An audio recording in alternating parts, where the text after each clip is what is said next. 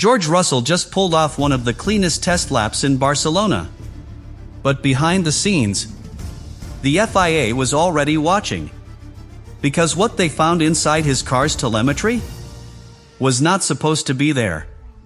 Now, Mercedes is caught in the middle of a developing scandal. And rookie Kimi Antonelli might be driving a slower, legal version of the exact same car. Russell's car showed signs of a hidden advantage.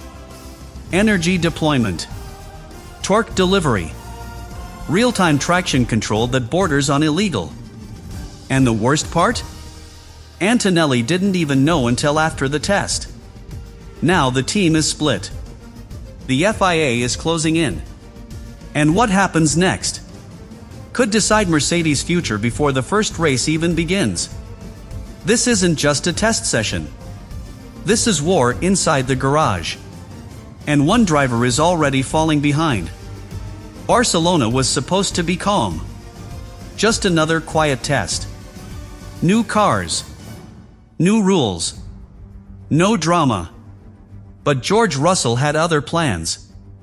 On day 2, he went out early, pushed hard, and lit up the timesheets. His lap? 1 minute. 16.5. Faster than anyone expected. Especially in a Mercedes that, just weeks ago, was being called conservative. At first, everyone assumed it was just a great lap. Clean air, fresh tires, confidence. But inside the FIA trailer, there was a problem. Russell's run didn't just look quick. It looked unnatural. Not in his steering, not in his braking, but in his power delivery. Out of turn 3, turn 10, turn 12, the telemetry showed a perfect energy deployment curve.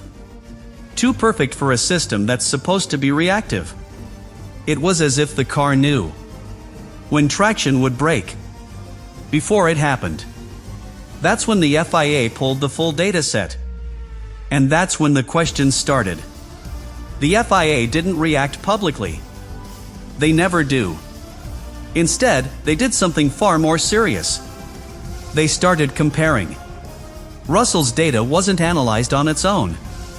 It was laid over every Mercedes run from the same test window. Same track temperature. Same fuel loads. Same tire compounds. And that's when the pattern became impossible to ignore. Russell's car was delivering power earlier. Not more power. Earlier power. Just milliseconds sooner on corner exit. But in Formula 1, milliseconds change everything. Under the new regulations, energy deployment is supposed to respond to driver input. Throttle first. Grip second. Power last. But Russell's Mercedes was doing something different. The torque curve was smoothing itself automatically. Not correcting mistakes. Preventing them. Out of slow corners, where Antonelli was fighting wheel spin, Russell's car stayed planted. No hesitation. No snap. No correction on the steering wheel. The FIA engineers flagged it immediately. This wasn't traction control. That's illegal. Everyone knows that. This was something subtler. A predictive deployment map. A system that adjusted torque based on stored corner data. Not just live throttle input. And that's where the concern exploded. Because systems like that sit in a gray zone. They don't break the rules outright. But they bend the intent. The FIA labeled it internally as driver influence reduction. That phrase matters. It means the car is helping the driver before the driver even knows he needs help. And here's the detail that changed everything. Antonelli's car did not have it. Same chassis. Same engine. Same weekend. Different behavior. Which means this wasn't a Mercedes-wide feature yet. It was selective. And once that realization hit the FIA, they stopped looking at lap times. They started looking at consequences. Because if this system is allowed to stay, Russell doesn't just start the season ahead. He starts it protected. And Antonelli? He starts it exposed. The debrief room at Mercedes is quiet. Not tense. Not dramatic. Just quiet. Kimi Antonelli sits with his engineers, going over his runs from day 3. Clean laps. No errors. But the times? Off. 0.2 slower on average. More correction out of slow corners. Higher rear tire degradation. He knows he did everything right. He followed every instruction. Hit every target.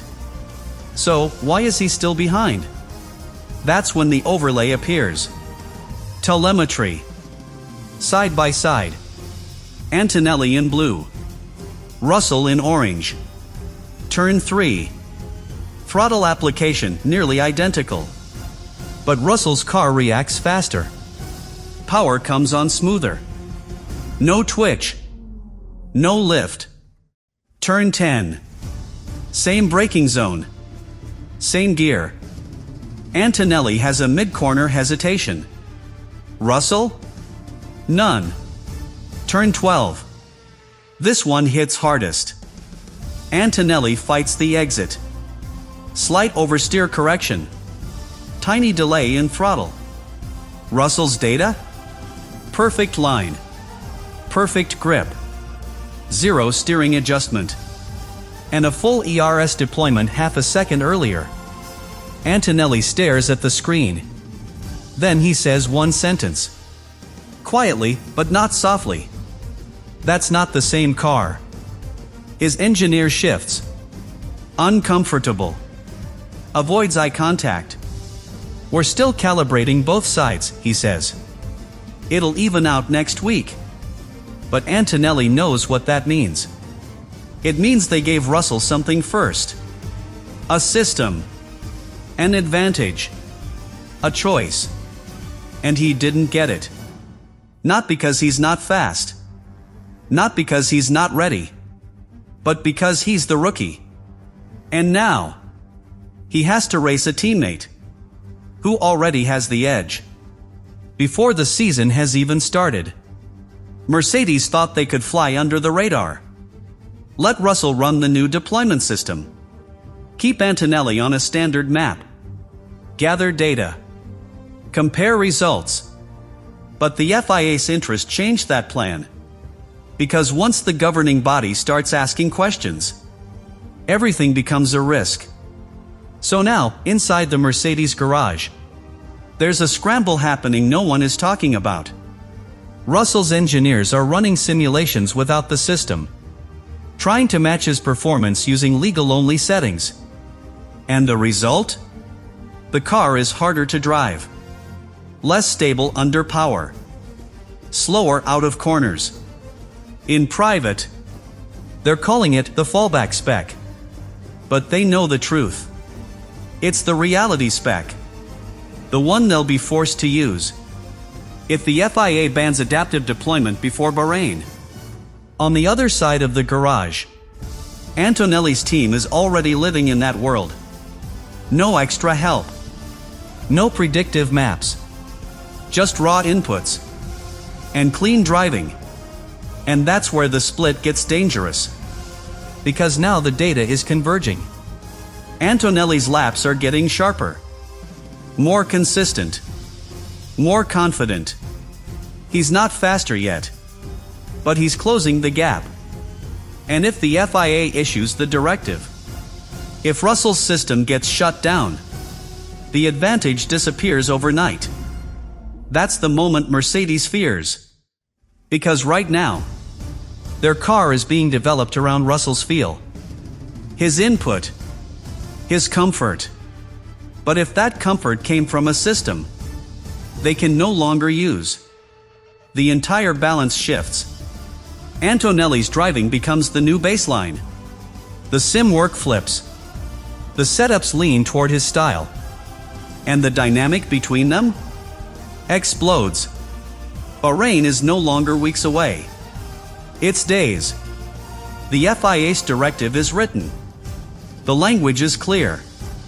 Any system that preemptively adjusts torque based on predictive corner modeling will be classified as a driver aid. And driver aids are banned. That puts Mercedes in a corner.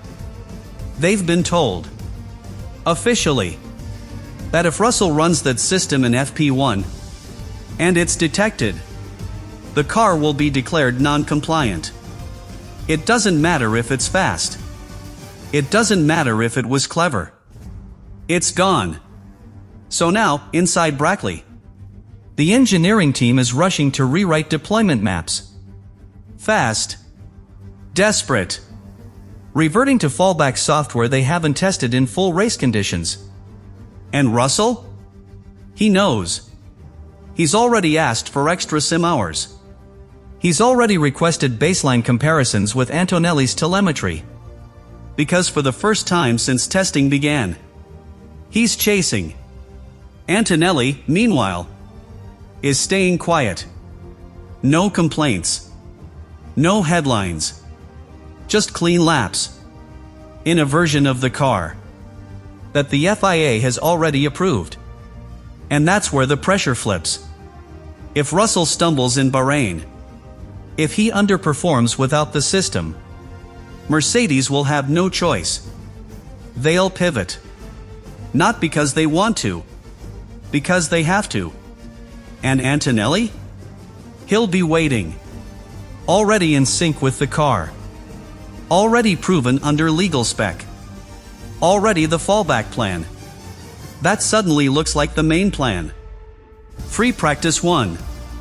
The first real session of the season. Russell climbs into the car. No predictive torque. No adaptive deployment. Just his hands, his instinct, and a stripped-down version of the car. That made headlines in Barcelona. He runs his first flying lap. Pushes hard. But the balance is off. The rear steps out in turn 8. Power delivery is late out of 10. He radios in. It's understeering in the high speed. Still unstable on throttle. The tone is different now. Tense. Flat. Controlled frustration. Meanwhile, on the other side of the garage, Antonelli is calm. His feedback is sharp. His run plan is simple. And the pace? Surprisingly close. He's just 2/10 off Russell's time by the end of the first stint. But the car looks settled. Predictable. Balanced. By FP2, it's obvious. Russell is still adapting. Still chasing that feeling he had in Barcelona. But without the system that gave him confidence. And Antonelli? He's closing the gap. Every lap. Every corner. Every run. In the media pen, questions begin. Why is Russell struggling with throttle application? Why is Antonelli suddenly matching his long run times? And why does Mercedes look more divided than ever? Team leadership gives nothing away. Just the usual lines. We're learning. We're gathering data.